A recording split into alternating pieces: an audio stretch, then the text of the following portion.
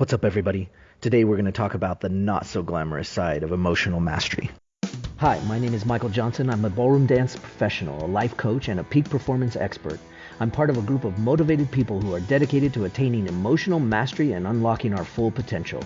We don't believe others are responsible for how we feel. In fact, we don't believe anyone can make us feel anything. We believe in the magic of ballroom dance.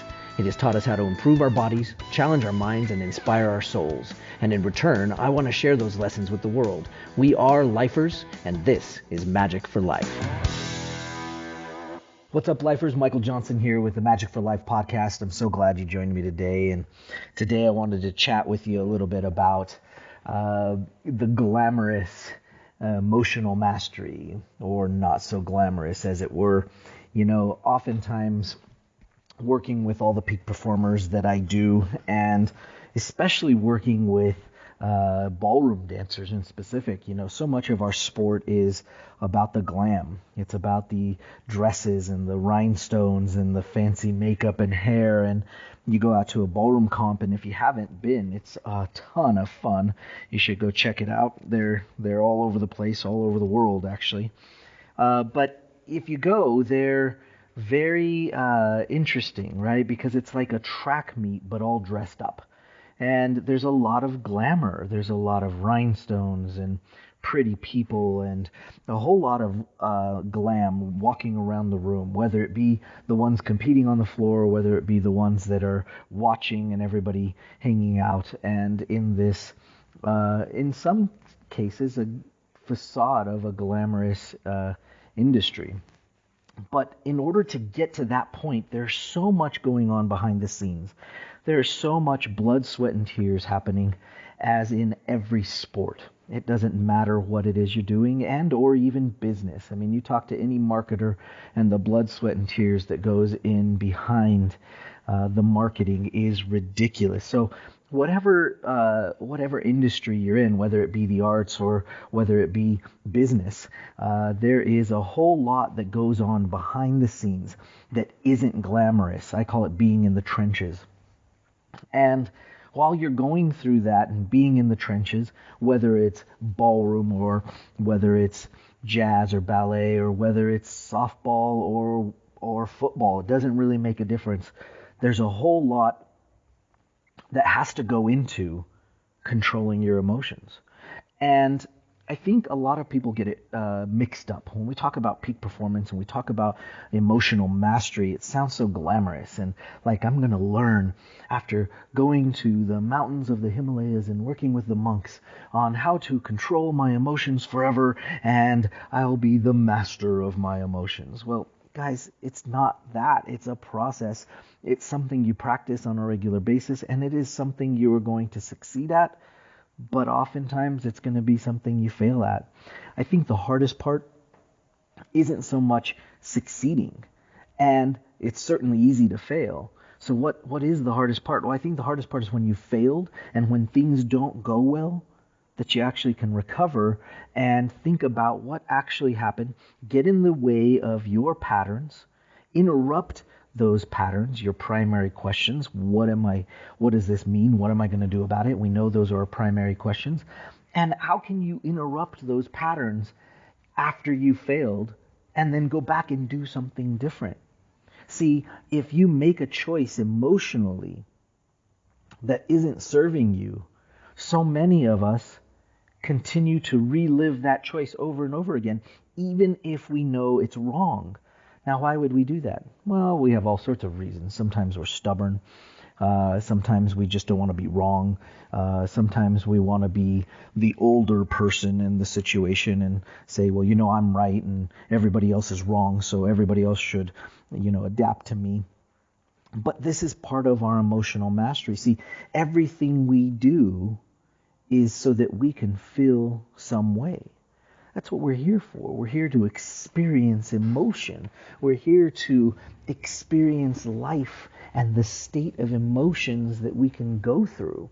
There's no such thing as a good emotion or a bad emotion. All emotions are useful for something. And this is really the trenches of emotional mastery. Because if you can get into the depths of those trenches and say, okay, how can I work that out? I just made a mistake and I don't want to continue to relive it. I think the hardest part is to turn around and go, yeah, you know what, I was wrong, and make a new decision. I see it all the time. I see parents make a choice emotionally that is detrimental to their own health, but also to the mental health of those that they're parents of. Their children start to suffer because maybe the parent makes a choice and says, you know what, this is how it is, and they know they're wrong, but they continue to relive that choice and miss out on the experience of life as they move forward. Now, a simple example of that is you might see a parent that says, oh, you can't do this, and I can't believe you're doing that, and this is wrong, and that is wrong, and then afterwards they realize they're wrong. And the child is upset and mad about it. In fact, you see it all the time. And instead of the parent coming back and going, you know what, I made an emotionally bad choice. I was feeling left out, or I was feeling not part of, everything that was going on. And so they use guilt or double binds. And parents out there, I highly suggest you look within.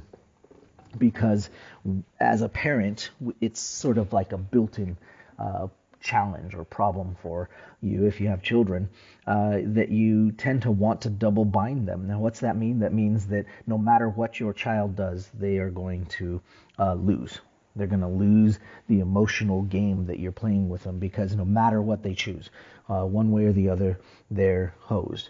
And so, the classic example is, your kid comes home and they go, oh, I would love to go out with my friends. And you were planning to go do something. You go, well, that's fine. You make your choice. I'll be fine. You just go play with your friends and I'll stay here all by myself, alone, not doing anything. Now, if you think about that, you kind of put them in this position where it's like, yes, they absolutely want to go play with their friends. But on the other side of it, you put them in a position where they are feeling bad for you and for your situation. But that is not an appropriate double bind. And from an emotional standpoint and from emotional mastery, you've got to look at that and say, okay, you know what? It is not about me. They have to go experience their life. They have to go experience their situations and their things. And that's why it's so important for us to become masters of our emotions, because there are so many things we can do as parents to not do that. We can prepare ourselves. We can have a path of what fulfills us and how we are going to share our experiences and knowledges. I'll have to explain that story later. Knowledge with the world. And this is important. This is a really, really big deal. We have to get into the trenches of emotional mastery and work on it and improve on it. Now, sometimes it's really great because you find a little process or a skill or a mode of operation that you go, oh yeah, that's really great. And it works great one time. But sometimes the challenges or the background of emotional mastery is just you actually going through the process of feeling an emotion, understanding why you're feeling that emotion, and as I said before, interrupting your patterns and saying to yourself, okay, what does this mean? And what am I going to do about it? And then actually making a choice to take action. And each time you can flex that emotional muscle, you get stronger. And each time you're capable of doing that, you get stronger. And there are so many wonderful ways of interrupting these patterns. In fact, if you've listened to any sort of emotional mastery, it's not about one pattern working for everybody or one process working for everybody, or especially in every situation. One process, one pattern will work sometimes, but you have to be prepared. You have to be prepared. And this is interesting because, if I can digress for a second and talk a little bit about my professional dance training. As I went along through my professional career and, I competed on the circuit for about 10 years. And as I went through taking lessons from a bunch of brilliant coaches and wonderful teachers, I would have my main coach that I'd go back to after I'd take lessons with some of these great coaches from all over the world, really. And I'd go back to my coach and they'd go, yeah, no, you're never doing that again. So just forget you learned that. And on some instances, you'd come back and they'd go, oh, yes, that was great. And so we'd do that. Now, here's where it really gets challenging. I'd go and I'd take a lesson on one subject. I'd go to a different coach, take that same lesson on that subject, and they would both tell me the opposite thing. Now, here we're talking about something like dance, which has been around for a long time, and you would think that everybody was teaching the same thing, right? Well, wrong. Just like in golf or baseball or soccer or whatever sport you're in, gymnastics, every coach has their way of teaching it, their metaphors, their way of getting that information across. And in some instances, okay, almost all instances, they're going to say it different. And that information may come across as being different.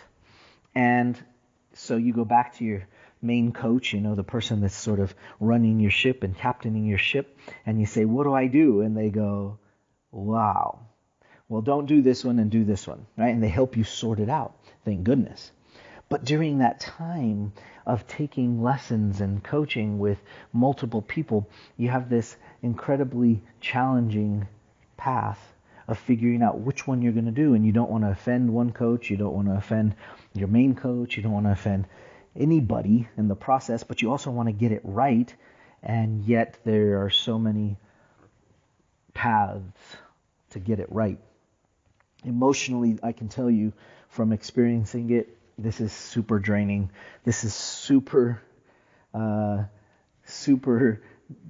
disturbing while you're a dancer and or an athlete and you're getting multiple pieces of information. And emotionally, it is taxing. It is so hard to be able to go in and say, okay, I'm going to make this decision and it could affect my path or my career as I move forward.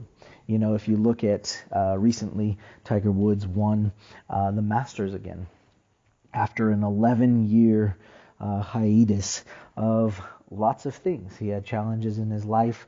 He had challenges with his body. As an athlete, we all understand that. Sometimes you have challenges with your body and it's just hard to get back up to par. And as he was winning that next championship, I know there were people all over the world. I was one of them. I got to see it live on TV. And we all watched and we all felt a sense of achievement at the same time that he was winning this, because we've all had those downtimes. We've all had those moments where everything just fell apart. And maybe we were even responsible for it falling apart. And then we have all worked to build it back up and to try to get back to that championship. And sometimes the championship is a trophy, but sometimes it's just succeeding at life. And you don't get a trophy for that, but you know what? That's okay. And we all felt for him. And so if you watched it, if you happened to see it, I think there was a common outreach from a lot of people that were like, yeah, good job. You turned it around. You made your life better. You figured out your swing again. You got your body healthy, and it's something that we can all admire.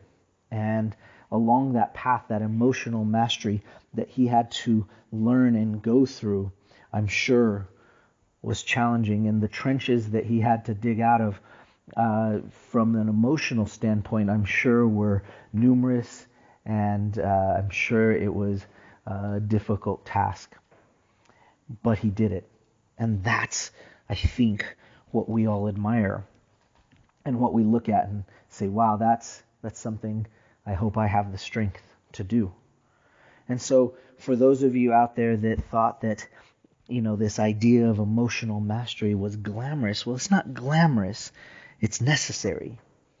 And in some instances, you will find that one or two or maybe multiple ways of mastering your emotions through a process here or there. But what I've learned through my years of education and training and working with athletes and high-level competitors is that sometimes one process doesn't work, so you have to try another one.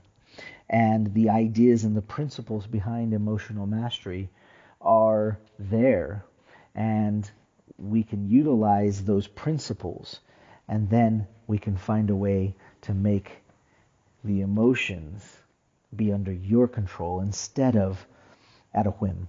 And so I'd like to encourage you and challenge you guys out there to start to look at it and realize that sometimes you got to step up and you got to do the work. Sometimes it's not glamorous, but it's worth it. See, we're here to experience emotions in our world, in our lifetime, and we're here to help others do the same.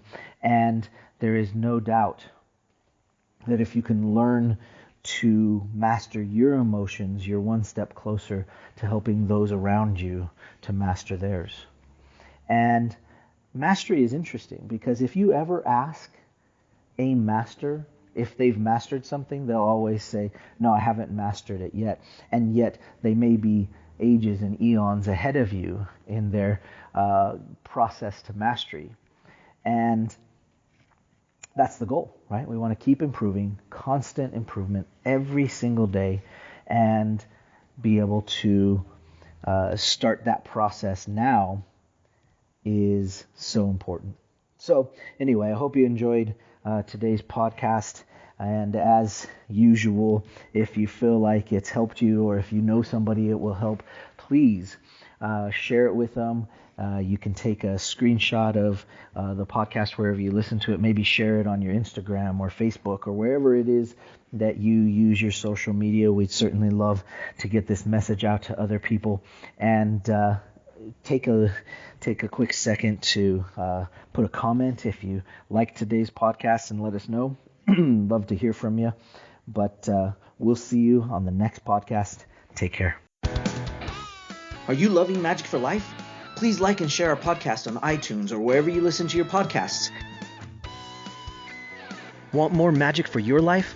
Join me for some great Facebook Lives on the official Facebook page at Michael A. Johnson Official.